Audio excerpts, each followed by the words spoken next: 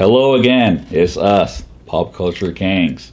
What have we on tap today, sir? Let's get right into the DC news. We're going to do a quick little segment for you about the DC universe, especially the Justice DC League. Expanded Universe is what it's called, sir. Okay, Expanded Universe. We're going to get right into the Justice League Dark. Not to be confused with the Marvel Cinematic Universe over at Disney, or the Fox Marvel Universe at Fox. Just saying. Don't forget Sony. Oh yeah, then there's Sony, which is Sony. Yeah, they just got one, so. Spidey / Sony. Rock on. So what's going on with the news with DC?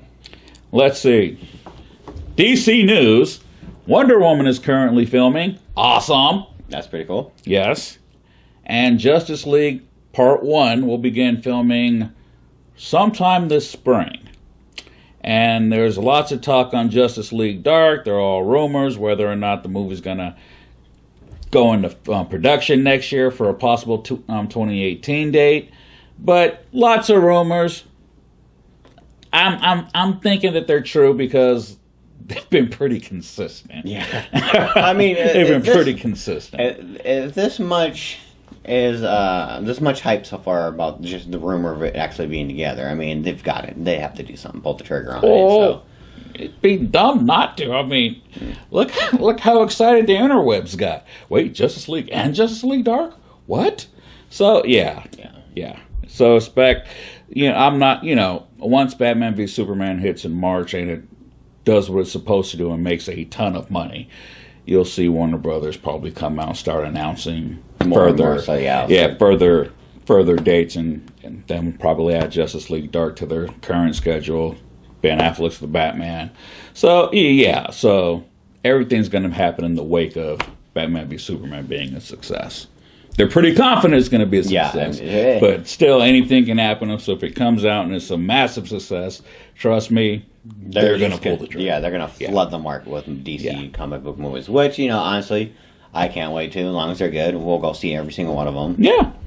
I mean, it's gonna be a good couple of years for comic book movies. So I mean, it's gonna be a good while for comic book movies. Yeah, just as long as they're good. Yeah, as long as they're good. As long as they continue to be good, they're gonna keep going to see them. Yes, that is true. And the beauty of Justice League Dark is that I'm thinking that a lot of its rating has to do with how well Deadpool is. You know what I mean? Yeah. Also, so if Deadpool's a good, if Deadpool's a big money maker, they're gonna go. Then Warner Brothers will be like, oh, wait a minute, maybe we can have Justice League is going to be PG-13, but maybe we can have Justice League Dark, tiptoe in the R-rated arena. Maybe we could have a final cut of Suicide Squad, tiptoe in the R-rated arena. I don't expect them to, but you never know. Yeah, because obviously PG-13 makes. That's the majority of the money, yeah. Yeah, it makes the majority of the money. But, like I said, it's just... But again, if Deadpool's a giant hit, I mean, if Deadpool's like a Blade 2 kind of hit, so don't expect, anyone to, break down their doors and make a next R-rated superhero movie. But if it overperforms, opens north of $60 million, so to speak, then that's gonna make noise. Yeah. That's gonna make noise. And given that Deadpool's is advertising itself to be a pretty hardcore R, that's an understatement.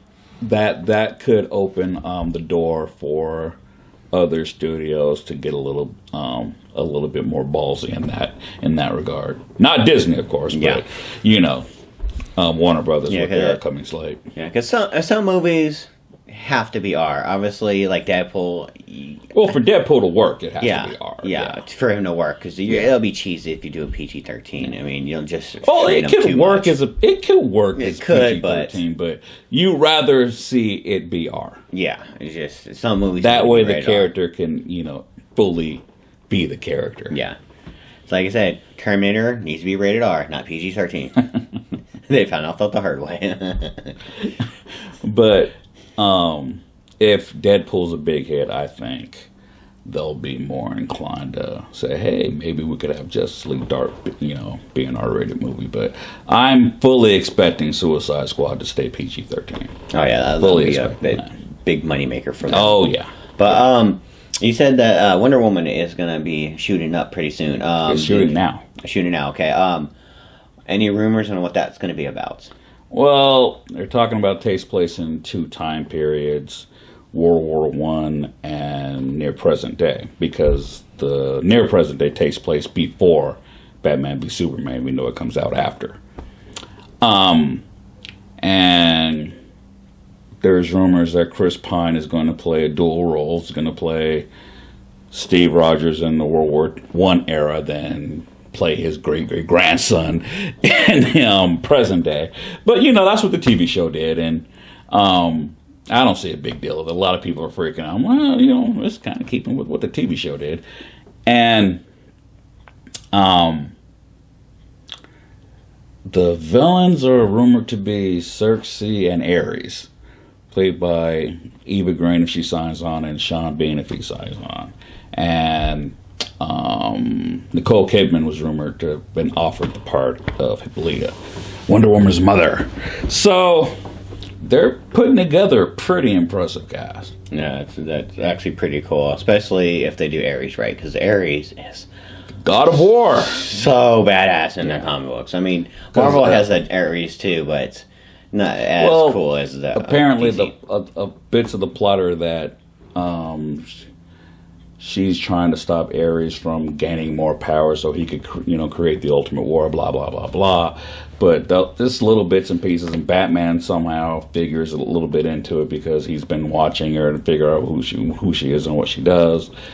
Hence why they're going to, apparently, if the rumors are correct, that Batman and Wonder Woman know each other in Batman v Superman before, that he's known her for a while, blah, blah, blah. But all I care about is that it's a cool movie. It sounds like it's going to be a cool movie, with gods and all that. Look, that's cool. Just give me a cool movie. Yeah. Just give me a cool movie. Yeah, this would be a test, too, because we have, the first superhero female movie. Yeah. So that'll be a big one for them. And pull the trigger for X ones. What the DC Extended U is trying to do, they're trying to make, as good as Marvel's movies are, the villain is very much secondary. Yeah. I mean, outside of Loki, that's pretty much it. Yeah. And people like, Loki, the 2 best Loki performances were in the 2 movies Paramount did. The original Thor and the original Avengers. Yeah. But with Warner Brothers, it seemed like, look, we have very, very strong villains. We want to make sure our villains don't get lost, but we also don't want them to overpower the hero. But they're, but if you have a strong villain, you're gonna make the hero better. Yeah. So, again, I dug Ant-Man. It's just the villain was really lame. Not a fan of the villain. Yeah, that's what they're gonna have to definitely work on. And Ultron, he had cool moments, but the DC Extended U, they're very confident about their villains. I mean, yeah, okay. Suicide Squad. I mean, it's a movie primarily about villains. Yeah, villains versus villains. Wonder Woman, they're putting in 2 really great actors to play the villains. Eva Green, not only being really hot, she's a great actress. And Sean Bean, he dies in everything, but the guy's a great actor. He dies in everything. Spoiler alert, he doesn't die in The Martian. Big shock. Near the end of the movie, he's on the golf course. I thought he was going to drop dead of a heart attack or something. I'm like, wow, that would have been funny if they did that.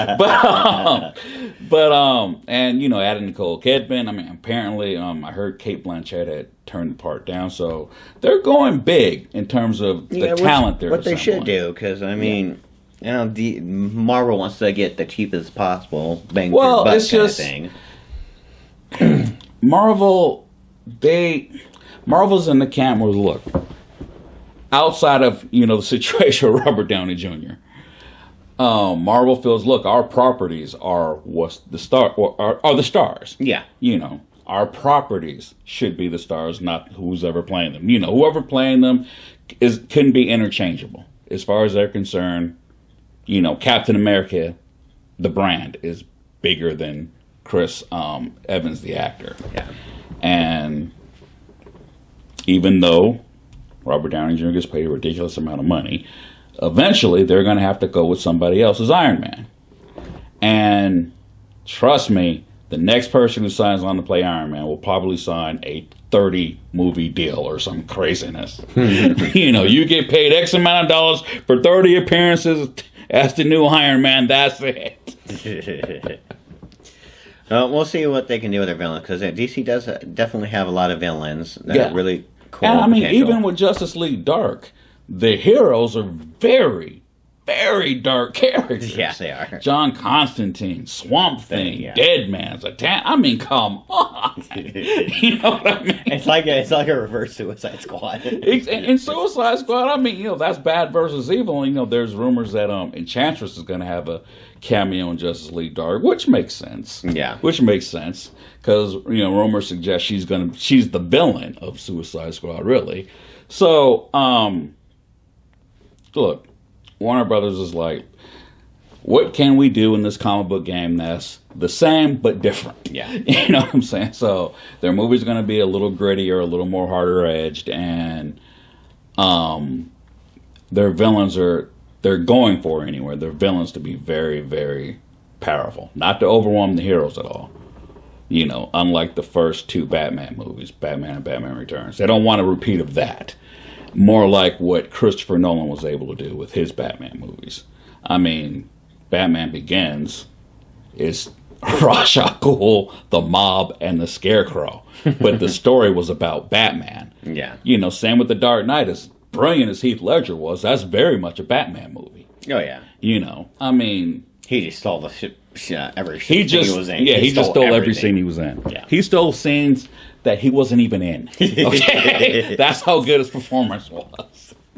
All right, but with The Dark Knight Rises, again, Bane. People can bitch and moan about that movie all they want. Dark Knight Rises is absolutely genius. Yeah.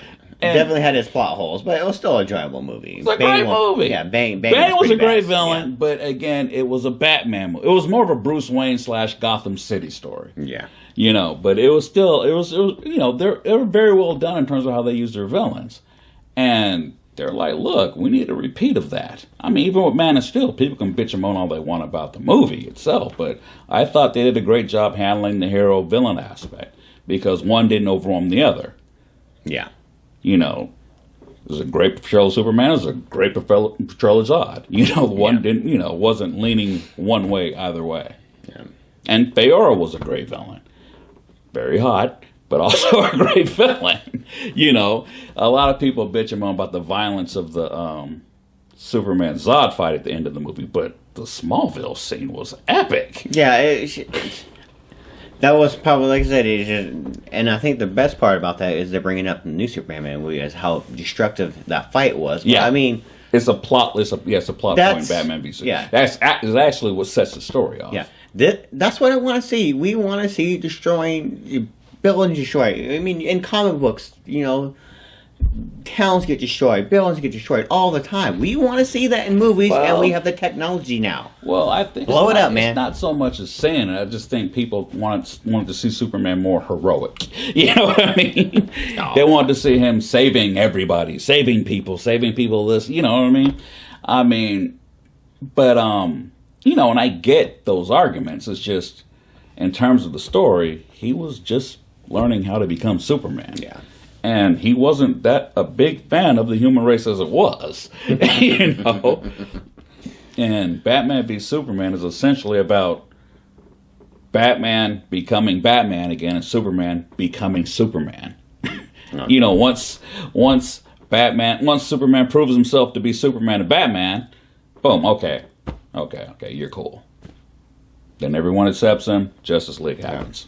So yeah, so basically, if this one's a big hit, which, I mean, I don't see how it's not, it's going to break the door open for a flood of DC. I think this is going to be the birth of DC. This is going to be its Iron Man.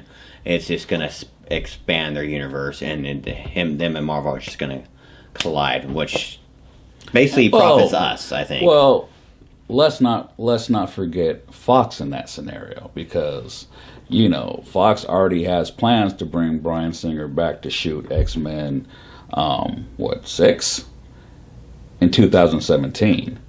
Okay, they have X-Men Apocalypse coming out this year. He's going to go off and do, I think, 20,000 Leagues Under the Sea for Fox, I believe. Fox or Disney? I think Disney. Then he's going to turn around and come back 2017 and shoot another X-Men movie. And they have the third Wolverine movie coming out. They finally got a director for Gambit. Doug Liman, good guy.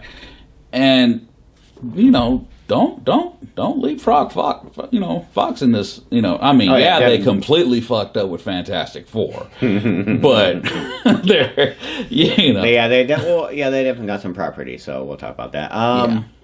We'll see you guys next time. That is Tank. I'm Ice. We're Pop Culture Kings, and we'll see you next time.